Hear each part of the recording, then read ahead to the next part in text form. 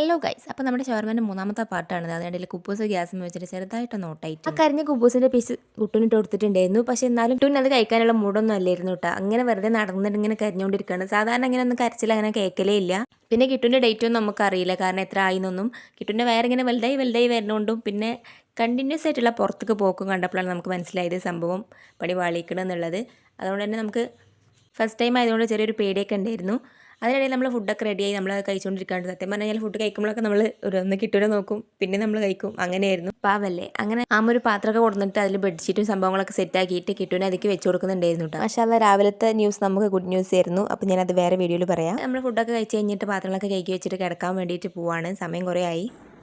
നല്ലൊരു ബെഡ് ഇവിടെ ഉണ്ട്. എന്നിട്ട് നിലത്തെടുക്കുക. ഞാൻ നടുവില്ലേ.